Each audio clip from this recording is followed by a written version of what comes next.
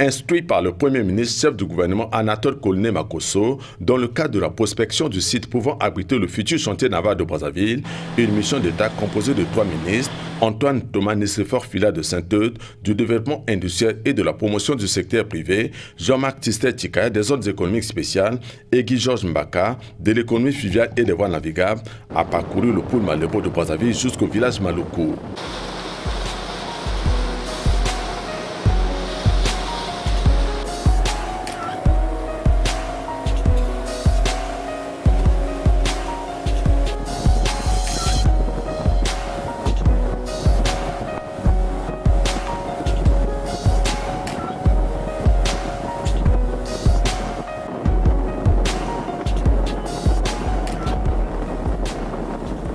Cette mission avait pour but d'inspecter et d'identifier le long de ce parcours un endroit capable d'abriter le futur chantier naval de Brazzaville.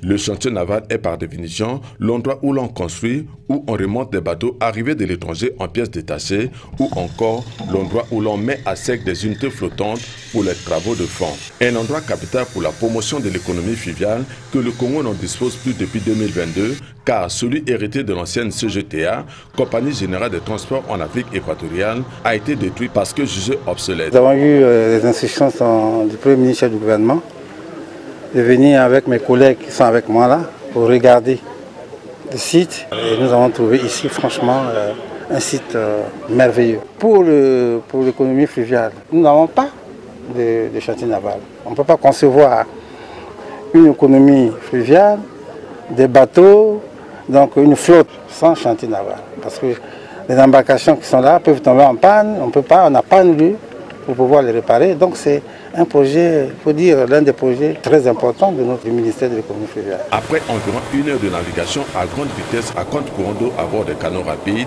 la mission a porté son choix sur le village Maluku très chaud. Un village du district d'Egné dans le pôle, situé à la fois dans la zone économique spéciale de Maluku et dans celle de développement industriel de Maluku. Des zones qui ne cessent d'attirer des grands projets, dont certains d'intégration sous-régionale. C'est une chance pour Maluku très chaud de pouvoir porter sur son sol 2 grands projets.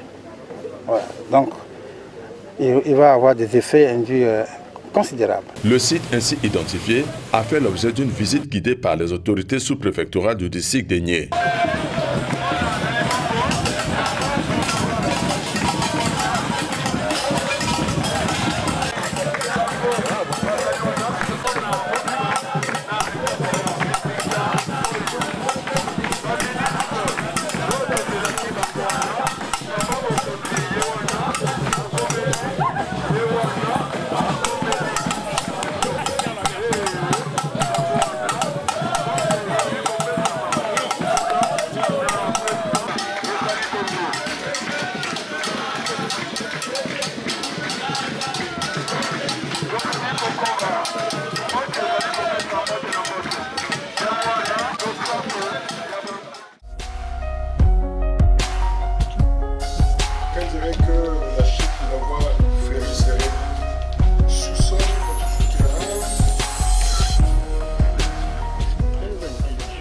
Reste maintenant au gouvernement de mettre en mouvement des partenaires techniques qui vont intervenir dans la construction de ce chantier naval. Le Premier ministre avait donné l'occasion d'aller en Malaisie, regarder comment ils ont construit le port.